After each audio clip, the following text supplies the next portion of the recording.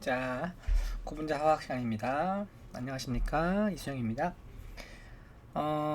지난 시간까지 저희가 그 고분자에 대한 개념 얘기하고 조금 더 디테일하게 고분자의 어떤 유형들 이런 것들에 대한 얘기를 좀 했었고요. 오늘은 1.3절이고요. 중합의 공정에 대한 얘기를 좀 하겠습니다. 사실 1장에서 뭐 중요한 챕터가 많이 있지만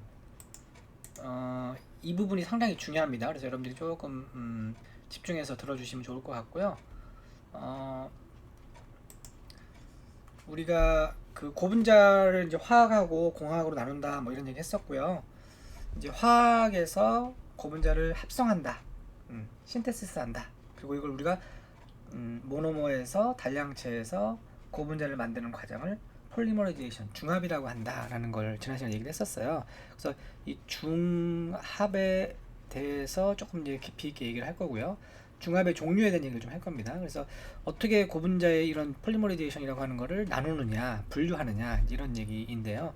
결국은 이 분류라고 하는 것은 우리가 사용하고 있는 고분자들이 어떤 중합 방법을 통해서 합성이 됐느냐, 만들어졌느냐를 좀 이해하는 데 도움이 될 겁니다. 그래서 크게 중합에는 두 가지로 분류를 합니다. 여기 보면 첫 번째 1번이 스티어키메틱이라고 하는 말로 얘기를 하고요. 두 번째는 메카니스틱이란 말로 두 번째로 얘기를 하는데, 스티어키메틱이라는 말은 우리나라 말로는 당량이라고 하는 거, 당량.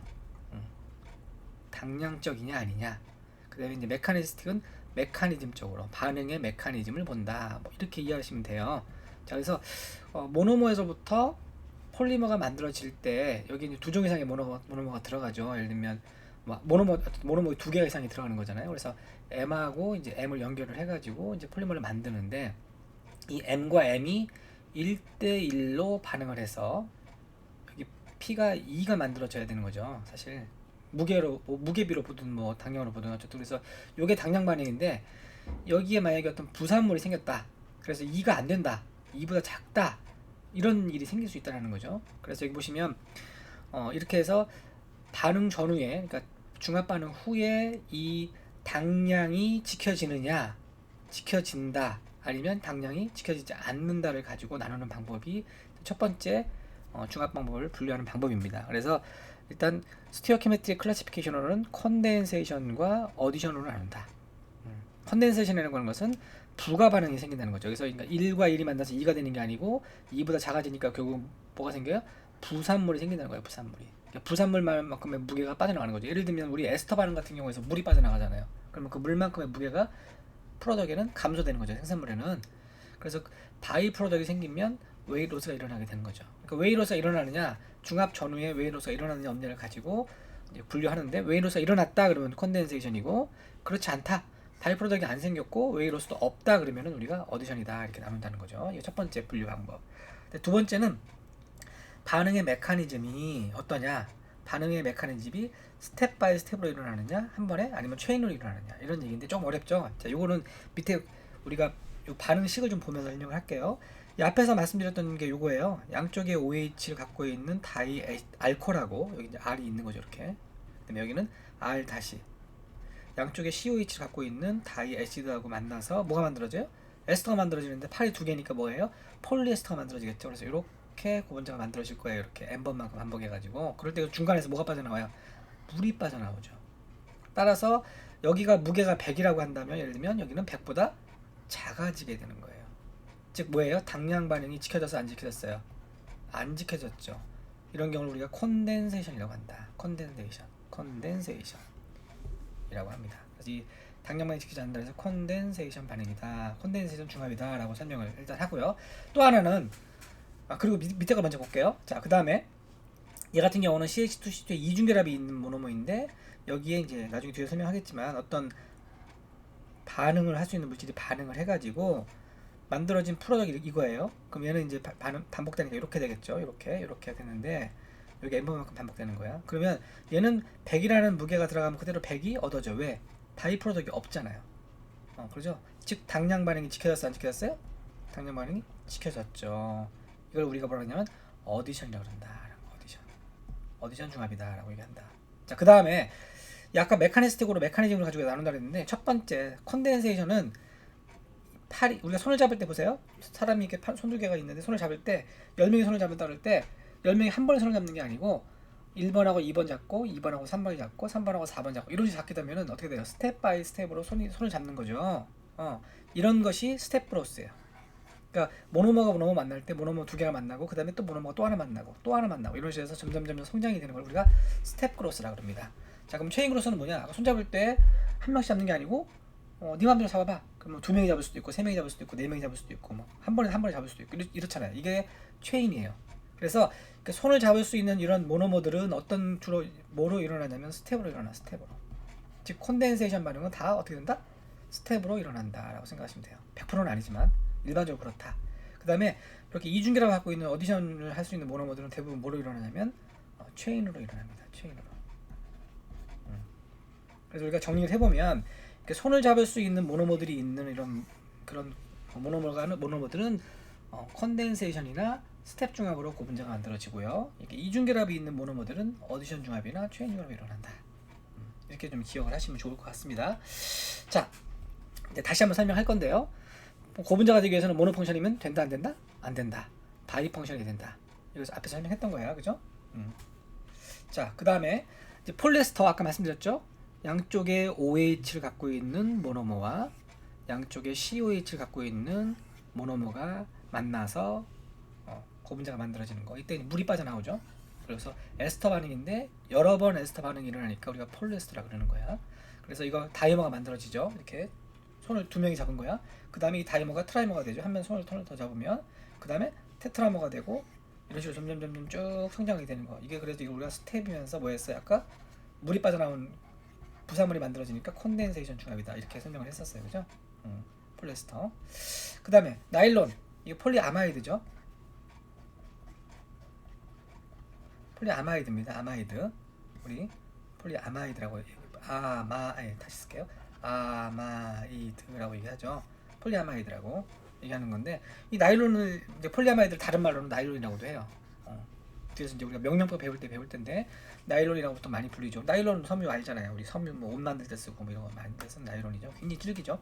얘는 양쪽에 아민을 갖고 있는 모노머와 양쪽에 COH를 갖고 있는 모노머를 마찬가지로 반응을 하게 되면 여기서 뭐가 얻어져요? 물이 얻어지죠. 얘도 마찬가지로 스텝이면서 뭐예요? 컨덴세이션이다. 얘는 아마이드 그룹이 만들어진다. 그래서 이게 이제 나일론도 종류가 66 있고 뭐 6 있고 여러 가지 있는데 66은 이쪽에 있는 카본 개수가 이쪽에 카본 개수가 6개라는 거. 그래서 이런 것들이 이제 컨덴세이션이다라는 거 설명드리는 거고요. 다른 예가 있어요. 앞에서 이제 아민이 있고 여기서는 앞에서는 COH라는 산을 썼는데 얘는 뭘 써요? COCl이라고 하는 산의 애시드 형태를 사용하는 거죠. 클로라이드, 애시드 클로라이드를 사용하는 거죠. 이렇게 두 개가 있으면 마찬가지로 아마이드가 만들어지는데 여기서 물 대신 못 빠져나와요. 염산이 빠져나오죠. 마찬가지로 부가분 반응물이 생기고 스텝 바이 스텝으로 일어나니까 스텝 중합이면서 보다 컨덴세이션이다. 이렇게 분류를 한 거예요. 자, 그래서 이거를 나일론 로프 트릭이라고 해서 우리가 이제 중합 방법에 대해서 나중에 설명할 때 또 자세히 얘기하겠는데 위에 있는 거는 여기 아까 아민 있는 이 모노머 있죠? 이 모노머를 물에 녹인 거야. 물에 녹아 있는 A라고 하는 모노머죠. 근데 여기는 뭐예요? 클로로폼에 녹아 있는 B라고 하는 모노머예요. 다른 용매죠. 유기용매 녹아 있는 클로로. 그럼 유기용매와 물에 섞이지 않으니까 이렇게 서로 분류가 되겠죠. 이게 두 층으로 분류가 돼요. 그리고 이 계면에서 A라는 모노머와 B라는 모노머, 즉 이 다이아민하고 애시드 클로라이드가 만나서 뭐가 만들어져요? 폴리아마이드가 만들어져. 나일론이 만들어지죠. 자, 그러면 고분자가 이렇게 만들어진 상태에서는 더 이상 모노머가 이렇게 만나야 되는데 모노머가 못 만나잖아. 그러니까 여기서 고분자를 밖으로 빼줍니다. 빼면서 쭉 잡아다니면 실처럼 만들어지죠. 즉 로프가 만들어지는 거야. 로프가. 그러면 다시 또 모노머가 만나죠. 모노머가 만나면 또 반응하고 이런 식으로 해서 계속 중합이 일어납니다. 이걸 우리가 나일론 로프 트릭, 중합으로는 이제 우리가 뒤에서 배우는데 계면 중합이라고 얘기를 해요. 계면 중합. 나중에 뒤에서 다시 한번 얘기할 거예요. 계면 중합이라고 합니다. 굉장히 중요한 초창기에 나일론을 만드는 방법으로서 활용이 됐습니다. 뭐 지금도 활용을 하고 있다고 합니다. 이제 그리고 이제 스텝 중합에 대해서 설명하는 거니까 한번 읽어보시면 되고요. 자, 스텝 중합은 이제 메커니즘 얘기를 좀 할 건데요. 스텝 중합은 일반적으로 한 번에 하나가 일어난다. 그 다음에 모노머가 초반에 다 쓰여. 그러니까 보통 이제 그런 거죠. 아까 제가 손을 잡을 때 한 명이 두 명 잡고 두 명이 세 명 잡고 세 명이 네 명 잡고 이렇게 설명했지만 실은 전체적으로 봤을 때는 보통 한 명끼리 손을 잡고 그러니까 한 명이 두 명이 되고 그리고 두 명이 뭐 네 명이 되고 네 명이 여덟 명이 되고 이런 식으로 되겠죠. 그러니까 실은 이제 설명을 좀 쉽게 하기 위해서 제가 한 명, 두 명, 세 명 이렇게 했는데 실은 다른 모노모는 가만히 있진 않죠. 다른 모노모도 하는데 이제 그 옆에 있는 바로 있는 모노모가 손을 잡아갖고 두 명이 되는 거죠. 두 모노모가 다이아모가 되고 다이아모가 다시 뭐 두 개 만나면 그 테트라모 내지는 뭐 그 트라이머가 되겠죠. 이런 식으로 쭉 발전하는 거죠. 그러니까 모노모가 초반에 다 없어져 버려요. 거의. 그러니까 모노모가 남아있진 않아요. 그래서 분자량 그렇지만 분자량은 커요, 안 커요? 분자량은 초반에 안 큽니다. 그리고 이제 분자량 분포가 왜 커진다, 뭐 이런 얘기. 자, 요 그림을 가지고 설명을 좀 하면 쉬울 텐데, 요 그림이 어디 있다, 요거죠. 그러니까 처음에 이렇게 모노모들이 쭉 있어요. 양쪽에 이제 A하고 B라고 하는 펑셔널을 갖고 있는 모노모인데, 얘가 처음에 반응 땡 하면 이렇게 이제 이렇게 만들어지는 거, 이렇게 이런 식으로 이렇게 타이머가 만들어진 거죠. 나머지 모노모도 있고, 그 다음에 또 반응을 똥 하면 또 그 다음에 이렇게 이런 것들이 만들어져, 이렇게. 그래서 그러면서 이제 중합의 정도가 점점 올라가는 거예요. 그래서 초반에는 모노모가 상대적으로 나중에 이제 그 체인 중합이나 어디션 중합하고 비교를 할 텐데 초반에 모노모들이 대부분 다 없어진다라고 생각하시면 돼요. 자, 어쨌든 그런 게 조금 그렇고요. 그러니까 다 없어지는 건 아니지만 어쨌든 모노모가 빨리 소모가 된다. 그러니까 초반에 모노모가 가능한 한 빨리 소모가 될 수 있는 가능성이 있다라는 거죠. 그리고 앞에서 DP 배웠죠. DP라고 하는 게 뭐냐면 아까 얘기했던 것처럼 DP는 반복 단위 숫자이고 여기다가 반복 단위 숫자에다가 더하기 모았다 엔드 그룹의 분자량을 더한 거죠. 그다음에 평균한 것이 DP 바 에버리지이고요. 따라서 반복 단위 분자량을 DP 바에다가 우리가 반복 단위 분자량을 곱하면 뭐가 된다? 평균 분자량이 된다. 이거 앞에서 얘기했던 거죠. 평균 분자량이다 이런 얘기 했었어요 앞에서. 평균 분자량이 된다. 그런 얘기를 다시 하고 있는 거고요. 자, 그래서 이제 DP라고 하는 게 결국은 뭐냐면 DP라고 하는 거에다가 반복 단위 분자량만 반복 단위 분자량만 곱하면 뭐가 돼요? 이게 평균 분자량이 되는 거니까 결국은 DP를 알고 있으면 우리가 분자량을 계산할 수 있는 거잖아요. 자, 그러면 이 지금 우리가 배우려고 하는 콘덴세이션 또는 스텝 중합에서 이 반응의 전환율 P라고 하는 걸 우리가 알 수 있어요. 리액션 컨버전이라고 하는 거, 반응의 전환율이라고 하는데 반응의 전환율은 어떻게 계산하냐면 모노모를 10개 집어넣었으면 시간에 따라서 모노모가 몇 개가 줄어드느냐, 즉 고분자가 몇 개가 만들어지느냐를 우리가 계산하면 반응의 전환율을 계산할 수 있죠. 그게 반응의 전환율이에요. 그러니까 처음에 넣었던 모노모의 개수에서 얼마만큼 모노모가 남아있느냐 반응을 하고 미반응 모노모의 개수를 우리가 빼서 계산하면 이게 뭐가 되냐면 P가 되는 거예요. P. 반응의 전환율. 즉 반응의 전환율을 계산할 수 있다 없다? 계산 가능하다. 그러면 이 반응의 전환율로 또 뭘 계산할 수 있냐면 우리가 DP를 계산할 수 있다는 거예요. 그래서 이 식을 이렇게 유도를 하면 P는 이렇게 되고요. 이 식을 여기서 집어넣어서 이렇게 계산하게 되면 DP 바로 바꿀 수가 있어요. 그래서 DP 바가 n분의 n제로이기 때문에 결국은 DP 바가 이게 된다. 그래서 중요한 식이에요. DP 바 이꼬르 1-P분의 1이다 라는 식이 만들어집니다. 이거 나중에 배울 텐데 캐로도시케이션이라고 해가지고 스텝 중합 또는 컨덴세이션 중합에서 굉장히 중요한 식이에요. 뭘 알 수 있는 반응의 전환율 그래서 뭘 계산할 수 있다? 예로부터 뭘 계산할 수 있어? 우리가 MW 계산할 수 있잖아요. 즉 평균 분자량을 계산할 수 있잖아요. 그죠? 그러니까 즉 반응의 전환율로부터 뭘 계산할 수 있다? 평균 분자량을 계산할 수 있다. 반응의 전환율을 계산할 수 있으니까 결국은 반응 시간에 따라서 고분자의 스텝이나 콘덴세이션을 만든 고분자의 평균 분자량을 계산할 수 있는 아주 중요한 식입니다.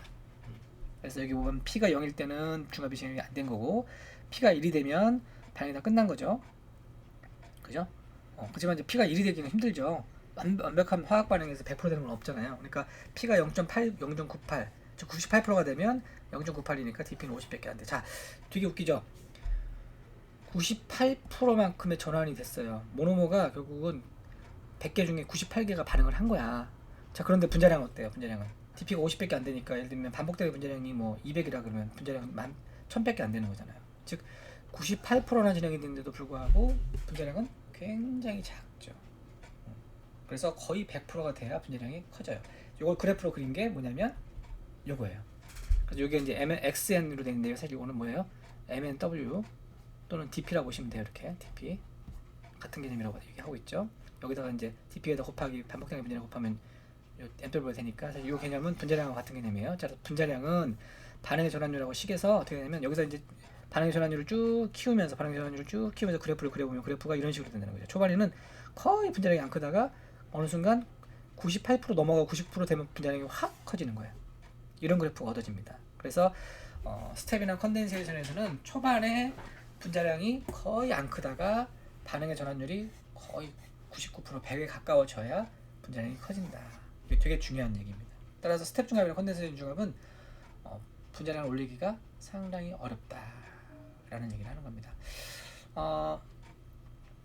그리고 이제 요걸 가지고 아까 설명했던 건데 그래서 이건 좀 이따 하고 어쨌든 그래서 설명했던 건데 컨버전이 이렇게 되면 50%, 75%, 100%가 되면 P는 이제 25, 42, 60이 된단 말이죠. 그러면 분자량하고 같은 개념인 DP 반은 1.33, 1.713. 그러니까 뭐예요? 25%에서 거의 67% 됐으니까 3배 곱하기 3배만큼 됐는데 분자량은 뭐가 돼요? 2배밖에 안 되는 거예요. 거의 2배도 안 되는 거죠. 2배가 좀 넘는 거네. 어쨌든 그래서 이 분자량의 크기가 거의 안 커진다는 거지.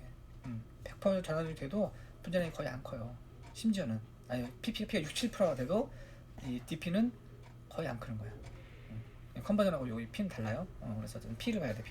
P가 67이 됐는데도 그러니까 100개 중에 67개의 모노머가 반응을 했는데도 불구하고 거의 다 이렇게 된다는 거죠. DP바가 이런 얘기예요. 그래서 이게 일반적으로 스텝 컨덴세이션 중합의 특징이다라는 얘기를 하는 겁니다.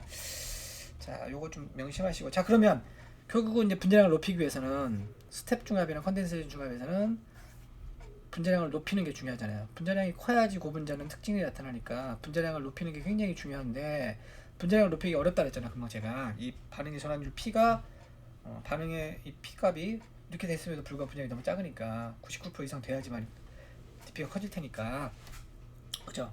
그래서 분자량을 키우는 게 상당히 어렵다. 그래서 분자량을 키우기 위해서는 반응의 정도를 굉장히 길게 가져가야 된다. 끝까지 반응을 시켜야 된다는 거고, 이제 모노머가 순도가 좋아야 된다는 거야. 순도가 낮으면 어떻게 돼요? 순도가 낮은 것들은 반응을 하지 않겠죠. 즉 결국은 반응의 컨버전이 줄어들 수밖에 없을 거예요. 그 다음에 반응의 스티어키메틱을 딱 맞춰야 된다. 이게 무슨 얘기냐면 A라는 모노머가 B라는 모노머를 반응을 할 때 이제 여기서 고분자가 만들어지겠죠. 얘를 50개 넣으면서 정확히 50개를 넣어줘야 된다는 거야. 예를 들면 만약에 얘가 100개다. 그럼 여기서 나머지 50개는 반응을 하지만 나머지 마이너스 50개는 어떻게 돼요? 반응을 하지 않죠. 그러면 이거 같은 개념이잖아. 리액션 컨버전이 줄어들겠죠. 그러면 당연히 분자량은 줄을 거예요. 그래서 50대 50으로 즉 1대1로 반응을 정확히 즉 당량으로 모노머를 넣어줘야지만이 분자량을 어떻게 할 수 있다? 분자량을 키울 수 있다. 이게 굉장히 중요한 얘기입니다. 자, 그래서 나중에 뭐 우리가 10장에서 이거 다시 한번 요 얘기 할 텐데 그때 다시 얘기하겠지만 기본 개념을 좀 이해를 하셔야 된다라는 거. 요 그림을 잘 좀 보시면 좀 이해가 갈 겁니다. 이거 컨버전하고 P하고 좀 달라요. 그러니까 우리가 P하고 얘기를 했으니까 P에 대비 P 대비 얼마만큼 분자량이 커지는지를 좀 잘 보시면 될 것 같습니다. 자, 그 다음에 우리가 이제 스텝 중합하고 컨덴세이션 중합 얘기했으니까 이제 그 다음에 어디션하고 체인 중합 얘기를 좀 할 건데요. 어디션하고 앞에서는 이제 양쪽에 OH, 양쪽에 COOH와 같은 이런 팔이 있는 그런 모노머를 썼을 때 스텝이나 컨덴세이션 중합이 일어난다고 말씀을 드렸고, 이제 우리가 체인이나 어디션 중합은 이렇게 이중결합을 갖고 있는 모노머들 이런 것들이죠. 이런 것들 이중결합을 갖고 있는 모노머들 이런 것들이 결국은 뭘 만든다? 체인이나 어디션 중합을 하게 돼요. 체인이나 어디션 중합을 하게 됩니다. 그래서 이중결합을 갖고 있는 모노머를 우리가 올레핀이라고 해요. 올레핀. 그리고 이렇게 만들어진 이런 이중결합을 갖고 있는 모노머에서 만들어진 고분자를 우리가 폴리올레핀이라고 합니다. 폴리올레핀. 그래서 신문 같은 게 읽다 보면 우리나라의 올해 뭐 폴리올레핀 양이 얼마다 이런 얘기 나와요. 폴리올레핀으로는 대부분 이제 폴리에틸렌, 폴리프로필렌, 그다음에 뭐 이런 것들이 있는데 우리가 사용하는 플라스틱 중에 한 뭐 좀 과장하면 한 7, 80%는 거의 이 폴리올레핀으로 만들어진 이런 것들일 거예요. 그죠? 뭐 PVC도 있고요. 뭐 되게 많습니다. 이게 폴리올레핀이라고 합니다. 이런 고분자들이 많다. 자, 이렇게 폴리올레핀으로 만들어진 고분자는 우리가 체인 어디션 중합을 하게 된다. 자, 체인 어디션 중합은 앞에서 배웠던 거하고 달라요. 앞에서는 이렇게 OH 또는 양쪽에 COH 이런 것들이 모노머들이 이렇게 반응을 바로 할 수 있잖아. 반응을 한 번으로 끝나죠. 이거 에스터 반응이잖아. 에스터 반응. 그죠? 그다음에 아마이드 반응이 딱 정해져 있어요. 반응이 한 개야. 반응이 한 개밖에 없어요. 자, 그런데 이 체인이나 어디션 중합은 반응의 메커니즘이 좀 복잡합니다. 이제 그 얘기를 좀 드릴 건데요.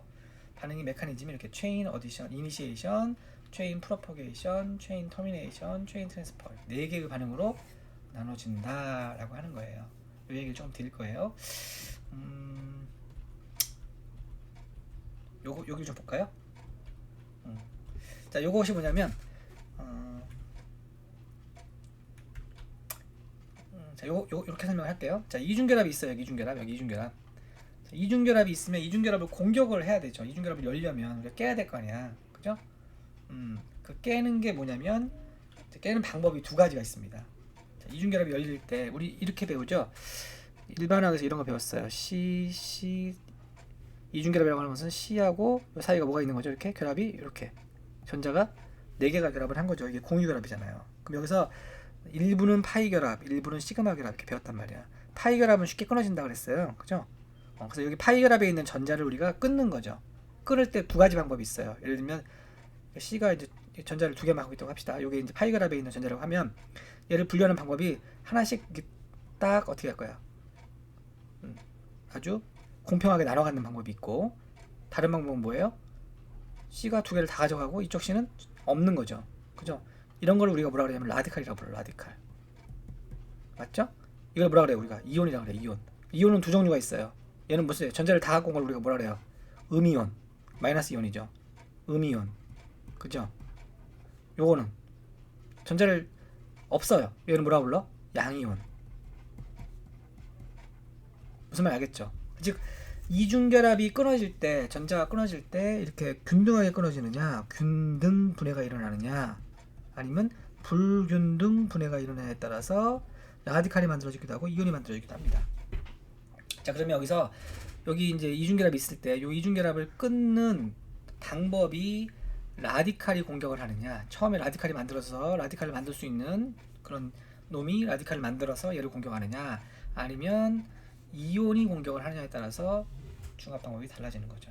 자, 그러면 이 라디칼을 만들 수 있는 물질이 존재를 해야 되고요. 또 이온을 만들 수 있는 물질이 존재를 해야 되죠. 이걸 우리가 뭐라 그러냐면 게시제라고 그래요. 게시제. 이니시에이터라 그래요. 그래서 이렇게 어떤 물질이 A라고 하는 물질이 라디칼을 만들고 이온을 만들어서 이 이온이 라디칼이 뭘 공격해? 이제 모노mer 공격하는 거죠. 여기가 뭐냐면 게시 반응이에요. 그래서 앞에서 이제 제가 설명을 하다 말았는데 체인이 게시가 된다. 그래서 라디칼을 만드느냐, 양이온을 만드느냐, 음이온을 만드느냐. 이렇게 어떤 물질이 게시제라고 하는데 게시제가 라디칼을 만드느냐, 음이온을 만드느냐, 양이온을 만드느냐. 그게 결국은 뭘 결정하냐? 라디칼 중합이 가느냐, 이온 중합이 가느냐를 결정하는 거예요. 자, 이렇게 만들어진 라디칼이 이제 모노머를 공격해서 모노머의 라디칼이 만들어지고 모노머의 이온이 만들어지면 걔가 이제 또 다시 모노머를 계속 공격해서 이 아까 손을 잡듯이 그 앞에서 스텝이나 콘덴서에서 모노머들이 손을 잡듯이 이 이중결합들이 계속 쭉 이제 깨지면서 쭉 체인이 연결돼요. 이걸 우리가 프로포게이션이라고 해요. 프로포게이션. 그래서 모노머가 쭉쭉 더해지면서 계속 성장하게 되는 것이 프로포게이션이고, 성장하던 라디칼과 성장하던 라디칼이 서로 만나면 어떻게 돼요? 아까 우리가 라디칼 이렇게 결합을 두 개 있을 때 깼다 그랬단 말이에요. 이거 반대로 하면 다시 붙는 거죠. 붙으면 뭐가 돼요? 결합이 반응이 끝나버리는 거죠. 이걸 우리가 체인 터미네이션이라고 합니다.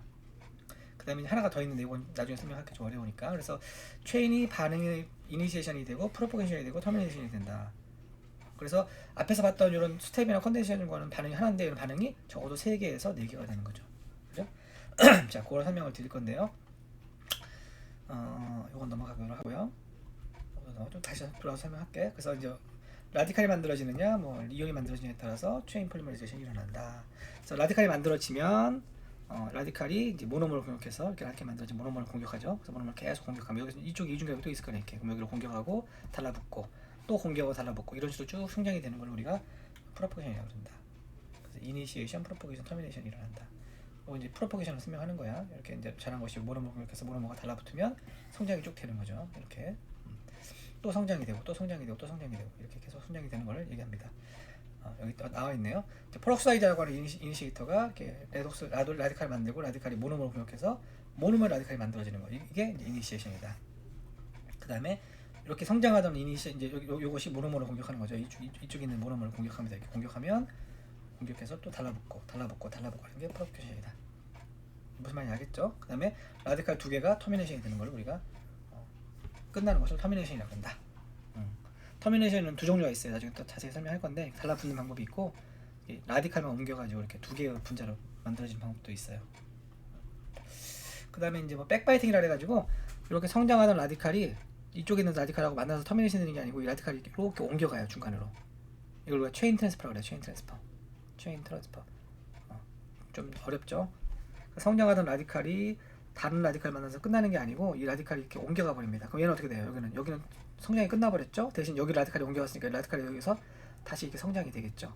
그러면 어떻게 돼요? 성장하던 데서 이렇게 성장이 되게 뭐가 만들어져? 브랜치가 만들어져. 브랜치. 그죠? 그래서 브랜치가 만들어진다는 거예요. 브랜치. 이걸 우리가 이제 체인 트랜스퍼다라고 얘기해요. 트랜스퍼. 앞에서 배웠죠? 체인 트랜스퍼. 그래서 이니시에이션, 프로포게이션, 그다음에 터미네이션, 그다음에 체인 트랜스퍼 반응이 있다라는 거를 설명을 드린 거예요. 자, 앞으로 돌아갈까요? 앞에서 우리가 그 뭐였죠? 스텝이나 컨덴세이션에서 요 그림 봤죠? 요거 기억나십니까? P가 이렇게 25%, P가 42, P가 67일 때 DP는 1.33, N은 1.71, 3이었어요. 잘 기억하시고요. 뒤로 갈게요. 자, 이중결합은 이렇게 이중결합이 있을 때 이제 똑같아요. 이렇게 50%, 75, 100. 얘는 42, 67, 92가 됐는데 DP가 어떻게 될까? DP가 1.71에서 3, 12가 돼요. 즉 여기가 아까랑 다르죠? 이게 훨씬 더 빠르게 성장하죠? 그죠? 무슨 말인지 알겠어요? 전환율 P값이 이렇게 줄어들어 크지 않아도 DP 값은 굉장히 크죠? 앞에하고 비교하세요. 앞에 거하고 요거하고 이렇게 비교해보세요. 얘는 1.33, 1.71, 3밖에 안 되는데 얘는 어떻게 돼요? 더 빠르게 성장하죠. 그러니까 얘가 P값이 92인데 12예요. 얘는 P값이 요건 비교하기 좀 애매한데 67인데 3밖에 안 돼요. 그러니까 뭐 90 해도 얘는 얼마 안 되겠죠. 그러니까 이게 결국은 두 개의 중합의 차이를 얘기하는 거야. 두 개의 중합의 차이. 그러니까 같은 전환율 P라고 하더라도 DP 값이 얘는 좀 더 빠르게, 체인이 훨씬 더 빠르게 성장한다라는 얘기를 하는 겁니다. 자, 그래서 정리를 해보면 스텝이나 컨덴세이션 중합은 초반에 모노모가 거의 다 소진이 돼요. 왜요? 손을 잡을 수 있는 만큼 다 손을 잡아버리니까. 대신 폴리머의 분자량은 클까요? 작을까요? 분자량은 되게 작습니다. 그죠? 대신 체인 어디션 중합은 모노머가 남아있을 수 있어요. 그렇죠? 하지만 폴리머 분자량은 엄청 커요. 초반부터. 이게 이제 둘 사이의 차이입니다. 이거 잘 좀 비교해서 좀 기억을 하시면 되는데 그거에 대한 설명이 어디 나와 있냐면 여기 나와 있어요. 이 테이블에 스텝 중합하고 체인 중합의 차이가 나와 있습니다. 그래서 보시면 스텝 중합은 모노머, 올리고모가 사이에가 막 성장하는 거고 초반에 DP는 굉장히 낮다. 그죠? DP가 낮다는 얘기는 분자량이 낮다는 거야. 얘는 분자량이 굉장히 클 수 있다. 그죠? 그 다음에 초반에 모노머가 빠르게 소모가 된다. 물론 모노머가 다 없어진다는 얘기는 아니에요. 모노머가 상대적으로 얘는 모노머가 많이 남아있는 반면에 얘는 상대적으로 모노머가 빨리 없어진다. 뭐 이런 얘기예요. 그리고 얘는 반응의 종류가 하나죠. 반응이 하나예요. 얘는 이니시에이션, 프로포게이션, 터미네이션 같은 것들이 반응이 존재한다. 그리고 얘는 엔드 그룹이 여전히 살아있죠. 얘는 엔드 그룹이 거의 대부분 없어져요. 물론 이제 살릴 수도 있겠지만 뭐 이런 것들 때문에 그런 반응 차이가 있다. 둘 사이를 잘 여러분들이 좀 비교를 해보시면 좋을 것 같습니다. 그 다음에 앞에서 제가 스텝이면 뭐라 그랬죠? 거의 컨덴세이션이다 이렇게 얘기했죠. 그 다음에 체인이면 어디션이다 이렇게 얘기했어요. 그죠? 100% 그렇지 않다 이거예요. 100% 그렇지 않다. 스텝인데 컨덴세이션이 아닌 경우도 있고 체인인데 어디션이 아닌 경우도 있다. 이제 그 얘기를 하는 거예요. 반응은 스텝으로 일어나는데 메커니즘은 스텝으로 일어나는데 부산물이 안 나와. 그럼 스텝이면 컨덴세이션이 아니고 뭐예요? 스텝인데 어디션이 되는 거죠. 스텝 어디션 반응이 있다. 자, 그 대표적인 예가 얘예요. 말단에 NCO를 갖고 있는 모노머와 말단에 OH를 갖고 있는 모노머가 만났어요. 그러니까 양쪽에 손이 있는 모노머니까 어떻게 보면 스텝 중합처럼 보이죠. 근데 실은 여기서 반응을 하고 나면 이런 고분자가 만들어져요. 폴리우레탄이라고 하는 고분자인데 여기서 부산물이 생겼어 안 생겼어? 부산물 없어요. 물처럼 그런 것들이 안 나오죠. 그러니까 즉 컨덴세이션이 아니고 뭐예요? 어디션이 되는 거죠. 자, 또 다른 예가 양쪽에 NCO가 있고 여기는 아민이 있어요. 그러면 마찬가지로 폴리우레라는 고분자가 만들어지는데 부산물이 없죠. 즉 얘는 스텝 어디션 융합이다라는 거예요. 그거 말고도 C가 또 있는데 C는 참고만 하시고요. 그래서 대표적으로 스텝 어디션 중합을 하는 고분자 중에 대표적인 게 폴리우레탄, 그냥 폴리우레가 있습니다. 이 폴리우레탄은 굉장히 중요한 고분자니까 여러분 꼭 기억하세요. 폴리우레탄은 스텝 어디션 중합을 한다. 앞에하고 좀 다르죠. 요거하고 다르다. 그다음에 반대로 체인하고 컨덴세이션을 하는 게 있어요. 생긴 거는 체인 중합에 어디션 중합, 체인 중합을 할 수 있는 모노머처럼 생겼는데 여기서 부산물이 만들어집니다. 따라서 얘는 컨덴세이션이죠. 이런 예는 많지는 않습니다. 그냥 이런 게 있다는 거 좀 기억하시면 좋을 것 같고요. 자, 폴리우레탄 양쪽에 NCO를 갖고 있는 모노머와 양쪽에 OH 갖고 있는 모노머가 만나서 우레탄 분들을 만들고 여기서 부산물이 안 만들어지는 그런 대표적인 고분자입니다. 자, 그다음에 명명법 얘기를 할까? 명명법 얘기를 좀 할 건데요. 명명법은 사실 뭐 그렇게 아주 중요하진 않습니다. 중요하진 않은데 여러분들 조금 기억을 해야 될 몇 가지. 우리가 유기화학에서 IUPAC 명명법에서 배웠어요. 유기화학에서, 그죠? 유기화학에서 IUPAC 굉장히 중요하죠. 유기화학의 화합물들의 이름을 정할 때 IUPAC 명명법을 따른다 이렇게 돼 있어요. 자, 고분자에서도 사실 IUPAC 명명법을 써요. 자, 그런데 결론만 말씀을 먼저 드리면 IUPAC 명명법을 잘 사용하지 않습니다. 일반적으로 고분자를 하는 우리가 업계라고 할까요? 비즈니스라거나 어떤 인더스트리에서는 이런 명명법을 IUPAC를 잘 사용하지 않는다. 이걸 좀 기억을 하시면 좋을 것 같아요. 그리고 이제 좀 더 쉽게는 명명법은 앞에다 폴리를 붙이면 돼요. 폴리 플러스 모노머 이름. 이 굉장히 중요한 겁니다. 그래서 여기 써있죠. 모노머 이름 앞에다 폴리를 붙인다. 이것만 좀 기억을 하시면 될 것 같아요. 나머지는 좀 한번 쭉 읽어보시면 될 것 같고, 그래서 모노머 이름에다 폴리를 붙인다. 그래서 에틸렌, 우리 아까 에틸렌 배웠잖아요. 에틸렌은 요 CH2 이렇게 이중결합이 있는 거잖아요. 요게 에틸렌이잖아요. 요거에서 폴리가 되면 폴리에틸렌. 그다음에 요거 스타일렌이 요거죠. CH2 요게 스타일렌이죠. 여기서 이중결합 없어지고 고분자가 되면 폴리스타일렌. 자, 이거 IUPAC로 하면 어떻게 돼요? 얘는 폴리메틸렌이 되죠. 얘는 폴리메틸렌, 폴리 다이플로로메틸렌은 폴리 원페닐 에틸렌이 되는데 이렇게 쓰지 않아요. 폴리스타일렌이라고 부르죠. 우리 스티로폼 할 때 폴리스타일렌. 자, 그래서 IUPAC 민법은 거의 쓰질 않는다. 요게. 자, 근데 이제 모노머가 이렇게 그리고 소스네임이라고 해요. 소스네임. 그래서 소스네임이라고 부릅니다. 근데 이제 모노머가 more than one word 또는 숫자를 가지고 있어요. 이게 단어가 2개 이상이잖아요. 숫자를 가지고 있어요. 이렇게. 그럼 요거는 아크릴 애시드 두자죠. 여기 앞에 숫자가 있죠. 이렇게. 요거 아니 그러면 여기 앞에 폴리를 붙일 때 가로를 붙인다. 이렇게 가로를 싸고 한다. 기억을 하시면 될 것 같습니다. 다 마찬가지예요. IUPAC 잘 안 쓰죠. 쭉 넘어갈게요. 그래서 비닐, 그다음에 이제 코폴리머 어떻게 앞에 가운데 코를 붙이면 된다. 2개의 모노머 이름 중간에다 코를 붙이면 된다. 코폴리머 종류가 이렇게 여러 가지 있잖아요. 그럼 얼터네이팅, 블락, 크라프트, 코 이런 걸 붙인다. 그다음에 넘비닐이 좀 복잡해요. 그러니까 넘비닐이라는 얘기는 스텝으로 만들어진 거나 콘덴세이션으로 만드는 거죠. 앞에는 뭐였어요? 얘는 앞에는 체인이나 어디션 중화로 만들어진 고분자. 그러니까 얘는 모노머 명명법을 붙이기가 되게 쉬워요. 그런데 콘덴세이션이나 이런 스텝 중화로 만들어진 것은 명명법을 붙이기가 너무 힘들다. 그래서 딱 정해져 있지 않습니다. 여러분들이 그냥 외울 수밖에 없어요. 소스네임을 많이 쓴다. 여기 마찬가지로 소스네임을 많이 쓴다. 그래서 에틸렌 옥사이드, 요거는 IUPAC 마찬가지로 안 씁니다. 에틸렌 옥사이드, 폴리에틸렌 옥사이드, 폴리포르말데하이드, 폴리아세토르, 얘는 모노머 이름도 아니야 사실. 그러니까 좀 어렵죠. 폴리에스터, 우리 잘 알고 있는 PET 있죠. PET 어디 있나요? PET가 여기 없나? PET가 어디가 있을 거야. 어딘가. 자, PET도 폴리 에틸렌 테레프탈레이트, 폴리에틸렌 테레프탈레이트 어디 있을 텐데 여기 안 보이네요.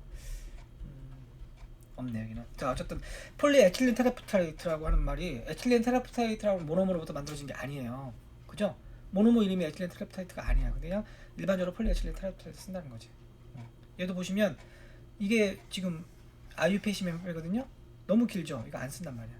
대신 뭘 쓰냐면 폴리 3 프로로 락톤 이렇게 쓴다는 거죠. 얘도 마찬가지죠. 폴리텐 데카노데이드라고 쓰는 것을 이렇게 안 쓴다는 거죠.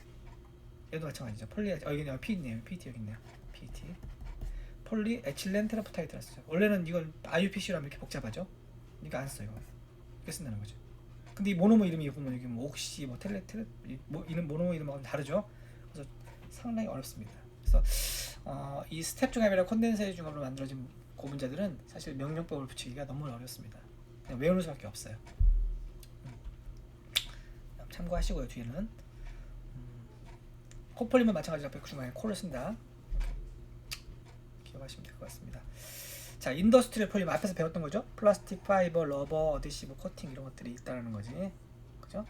이것들이 이제 실제로 상업적으로 사용되고 있는 고분자의 별칭이다라고 제가 말씀을 드렸어요. 그죠? 고분자를 값싸게 만들어야 된다. 뭐 이런 얘기 하는 거고요. 플라스틱은 크게 두 종류로 나눈다.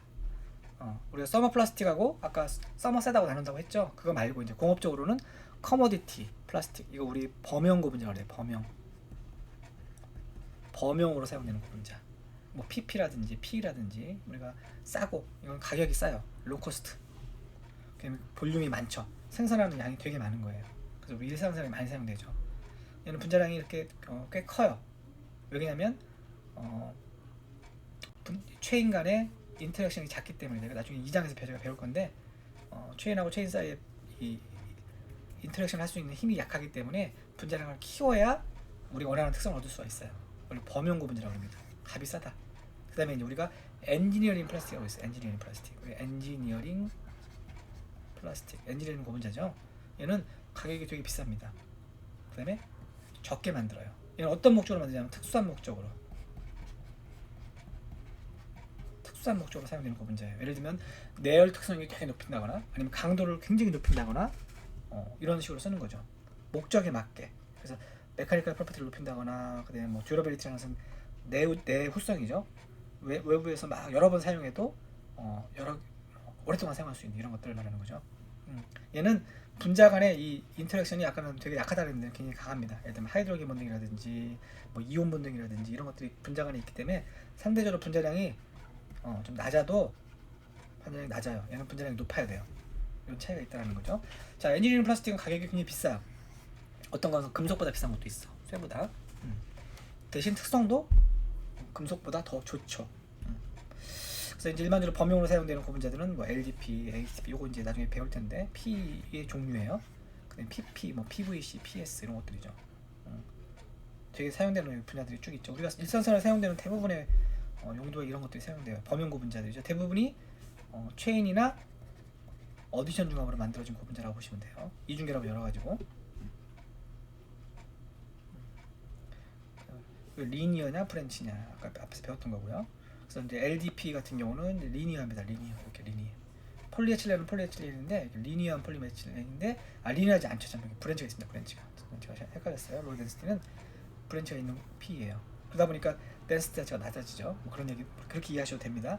자, 로 덴시티는 어디 이용되냐면 LDP는 이런데 일상생활에 보면은 비닐 있죠. 비닐.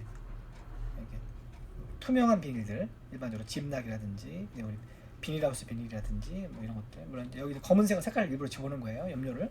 원래는 투명합니다. 그다음에 HDP는 없네. 여기 이제 그러면 이제 LDP 말고 HDP도 있겠네. 여기서 HDP 나왔잖아요.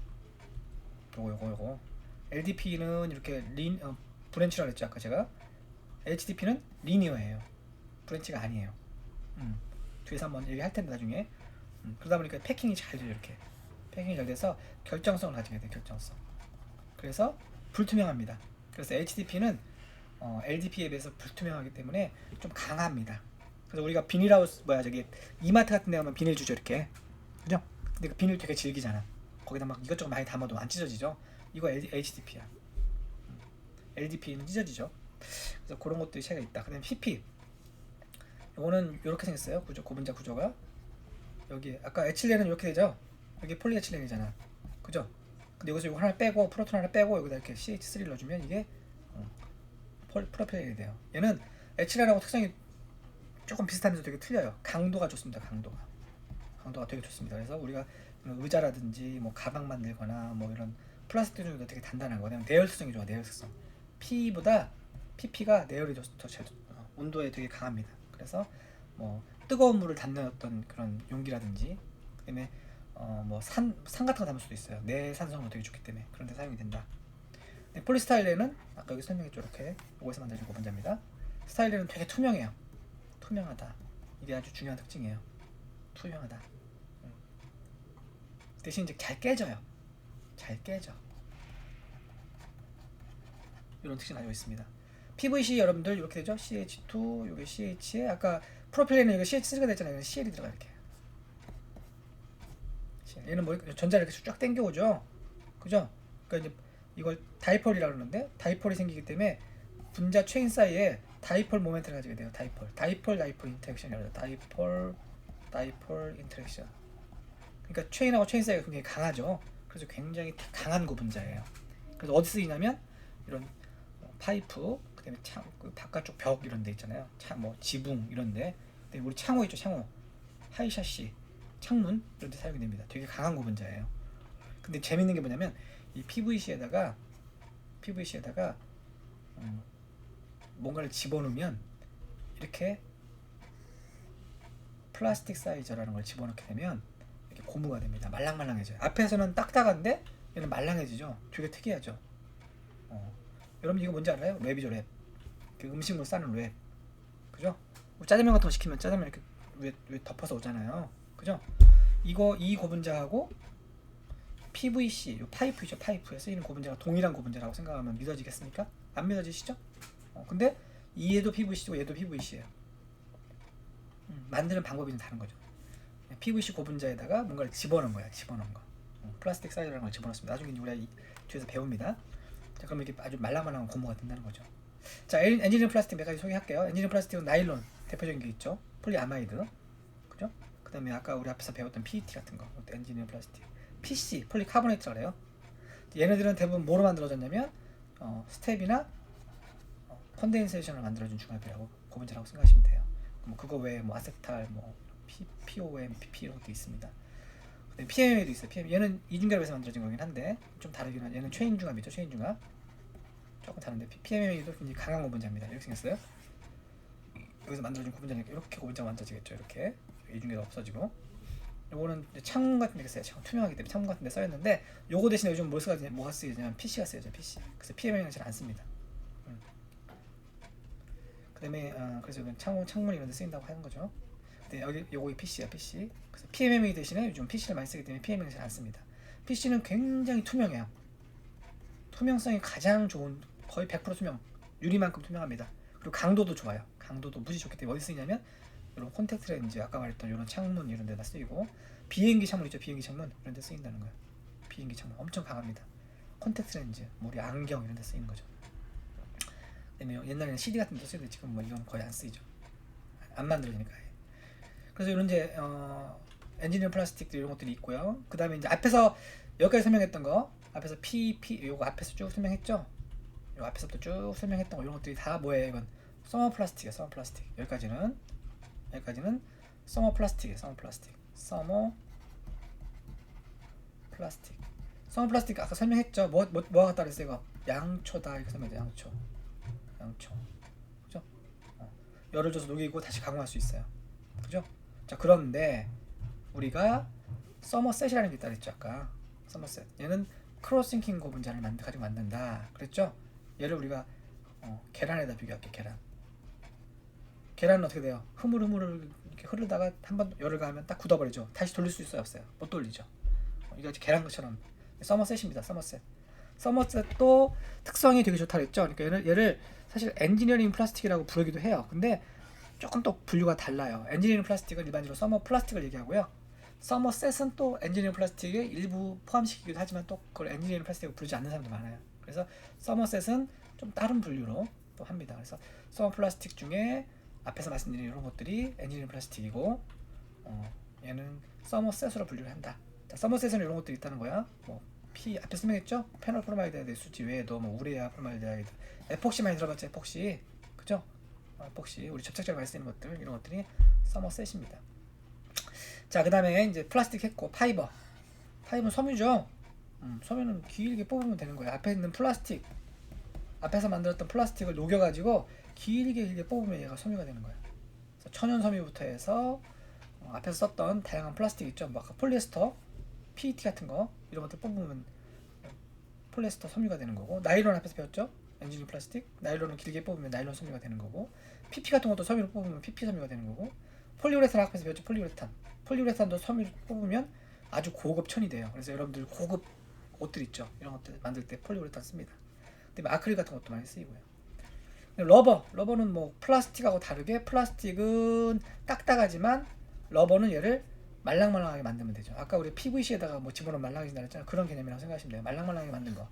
탄성을 가진다, 탄성. 그래서 얘는 플라스틱인 고분자에다가 크로스싱킹을 시키면 돼요. 크로스싱킹을 시키면 러버 성질을 가지게 되죠.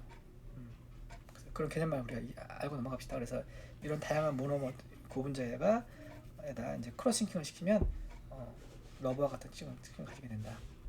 그래서 내추럴 러버 가장 유명하고, 내추럴 러버에다 우리가 벌커니제이션을 시키면 우리가 그 가왕을 시키면 이제 딱딱한 고무가 된다 그랬죠. 탄성을 갖는 고무 된다. 그런 거. 자, 코팅 어디시브. 코팅은 페인트 생각하시면 돼요. 페인트. 그다음에 어디쯤 접착제죠. 이런 것들이 쓰인다는 거죠. 뭐 다양해요. 뭐 페인트는 워낙 다양하고 많고요. 어디시브도 뭐 서머플러스 더머셋 다 쓰이죠. 특히 에폭시 같은 것도 많이 쓰인다고 했잖아요. 아까 앞에서. 요건 이제 문제는 뭐냐면, 지금 페인트나 어디시브는 예전에는 여기다 유기용매를 넣어줬어요. 유기용매. 고분자를 만든 다음에 여기다 유기용매를 녹인 거야. 그러면 뭐가 문제가 생겨요? 이거 VOC 문제. 그래서 요즘 유기용매 안 쓰죠. 친환경 페인트, 친환경 접착제가 나왔죠. 대부분 물 아니면 뭐 알코올 이런 거 써가지고 이제 접착제 만듭니다. 페인트나 접착제를 만듭니다. 이거 나중에 뒤에서 할 거예요. 중합 방법 설명할 때. 자, 폴리머 리사이클링, 뭐 간단히 개념만 설명할게. 사용했던 고분자를 다시 사용한다. 이거죠. 우리 그 아파트에 가면 재활용 하잖아요. 그죠? 거기 보면 재활용 이렇게 마크들 있잖아. 마크 이런 것들 기억나십니까? 마크들. 이런 마크들이 있는 거를 갖다가 고분자를 재활용할 수 있어요. 그래서 기본적으로 서머 플라스틱은 재활용이 다 되죠. 왜냐면 다 녹여서 다시 쓸 수 있으니까. 서머셋은 재활용이 될까 안 될까? 서머셋은 재활용이 잘 안 돼요.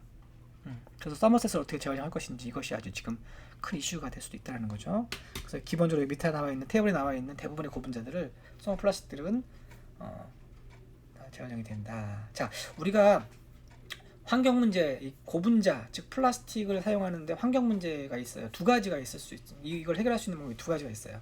첫 번째는 뭘까요? 금방 얘기했던 리사이클링이죠. 그죠? 리사이클링 되게 중요하잖아. 리사이클링 하면 우리가 리사이클링 해가지고 다시 재활용하면은 우리가 그걸 막을 수가 있잖아요. 그죠? 환경 문제를 막을 수가 있어요. 자, 그런데 또 하나가 있어요. 처음부터 그러면 고분자를 썩게 만들면 되잖아. 썩는 고분자. 이걸 우리가 바이오 디그레더블이라고 그래. 디그레더블. 어디 나올 텐데 여기 없나? 그러니까 생분해성 이런 말을 쓰죠. 썩는 고분자라고 그래요. 이렇게 만들면 좋겠죠. 근데 사실 이게 쉬워요, 어려워요? 여기 있네요. 디그레더블. 쉬워요, 어려워요? 어렵죠. 왜냐면 생분해가 된다는 얘기는, 분해가 된다는 얘기는 그만큼 물성이 떨어진다는 얘기야. 고분자는 분자량이 커지기 때문에 분자량이 크고 체인이 이렇게 엉켜 있으니까 이거를 바이오 물질들이, 그러니까 미생물들이 먹기가 힘들어. 왜냐면 잘라야 되니까 다 자르기 힘들단 말이야. 그래서 이거 분해가 되는데 시간이 많이 걸린다는 얘기지. 그러면 얘를 만약에 이 생분해가 되게 만들려면은 얘를 분자량을 줄여야 되고, 또 이 미생물들이 얘를 분해하기 쉽게 만들어줘야 되죠. 그러면 뭐가 떨어질까? 강도가 떨어지겠죠. 그러니까 초창기에는 이런 환경 문제를 해결하기 위해서 이 디그레이더블 폴리머를 많이 만들었어요. 그래서 천연에서 얻은 고분자들 내지는 합성 고분자도 생분해가 될 수 있는 요소들을 집어넣는 거야. 근데 문제는 강도가 떨어지고 특성이 안 좋으니까 사람들이 싫어해. 그래서 예를 들면 이마트에서 사는 비닐봉지 있잖아. 비닐봉지. 그거를 이런 생분해성 고분자를 만들면 분해는 되겠지만 나중에 물건 가지고 가다 찢어져 버려. 그럼 사람들이 좋아할까요? 안 좋아할까요? 안 좋아하겠죠. 그래서 지금은 이제 이 생분해성은 거의 안 한다고 보시면 돼요. 일부 사용을 하지만, 그래서 요즘은 뭐로 갔다? 리사이클링으로 가, 리사이클링. 그래서 환경 문제를 해결하는 방법이 리사이클링이 요즘은 대세다. 이렇게 생각하시면 됩니다. 자, 이런 걸 좀 컨셉을 좀 이해하시고 여러분들 1.9절을 한번 보시면 바랍니다. 자, 여기까지가 이제 여러분들 1장의 내용이에요. 전반적인 1장의 내용이고요. 일장이 뭐 내용이 좀 많은 것처럼 보이고 하지만 사실 앞에서 설명했던 1.3절, 5절, 6절 정도까지가 상당히 중요합니다. 앞에서부터 1.7절까지, 6절까지 명명법 전까지는 상당히 중요해요. 그러니까 거기까지는 좀 자세히 좀 집중적으로 읽어보시고요. 1.7절부터 뒤쪽까지 1.9절이죠. 여기가 1.9절까지는 그냥 한번 가벼운 마음으로 한번 쭉 읽어보시면 좋을 것 같아요. 그래서 1장을 한번 전체적으로 책을 읽어보시고 내가 강의했던 내용을 한번 들어보시면 또 한번 들어보시면 제가 중요하다고 표시했던 부분만 좀 이해를 하시면 될 것 같습니다. 이렇게 해서 1장을 마무리할 거고요. 제가 LMS에 요 강의 자리 올리고 나서 그 뒷부분에다가 이제 LMS에 강의 자리 올리는 공간 말고 레포트를 또 올리는 공간이 있어요. 숙제를 내주는 공간. 거기에다가 제가 1장 연습 문제 숙제를 내드릴게요. 그래서 강의를 다 들으시고 우선 그 다음에 이제 그 레포트를 해서 제출하시면 됩니다. 추천할 방법 같은 것들은 뭐 거기 LMS에 나와 있으니까 잘 보시면 될 것 같습니다. 그래서 1장을 이렇게 해서 마무리하고 다음에 한번 제가 이제 실시간으로 수업을 할 거예요. 뭐 앞으로 한 2, 3주 지난 다음에 아마 할 건데 그때 실시간으로 할 때 1장을 조금 더 보충한다 그럴까? 아니면 1장에서 중요한 내용들을 한번 또 복습을 한다 그럴까? 그런 시간이 또 있을 수 있을 것 같습니다. 그래서 그때 한번 조금 더 1장을 얘기해 줄 거고요. 여러분들이 필요하다면 여러분 질문도 좀 받을 것이고 그렇게 해서 실시간을 차후에 1장에 대해서 다시 한번 진행을 하겠습니다. 그래서 1장이 끝나고 나서는 이제 또 실시간으로 수업을 한번 하고 또 2장이 끝나고 나면 2장에 대한 또 실시간 수업을 하고 이런 식으로 수업을 좀 진행을 할까라고 생각을 하고 있습니다. 자, 이렇게 해서 오늘 이제 1장은 마무리하고요. 연습 문제 여러분들 꼭 잊지 마시고 풀어보시기 바랍니다. 연습 문제 풀다 보면 앞에서 배웠던 내용들을 조금 더 이해할 수 있게 됩니다. 자, 이상으로 강의를 마치겠습니다. 수고하셨습니다.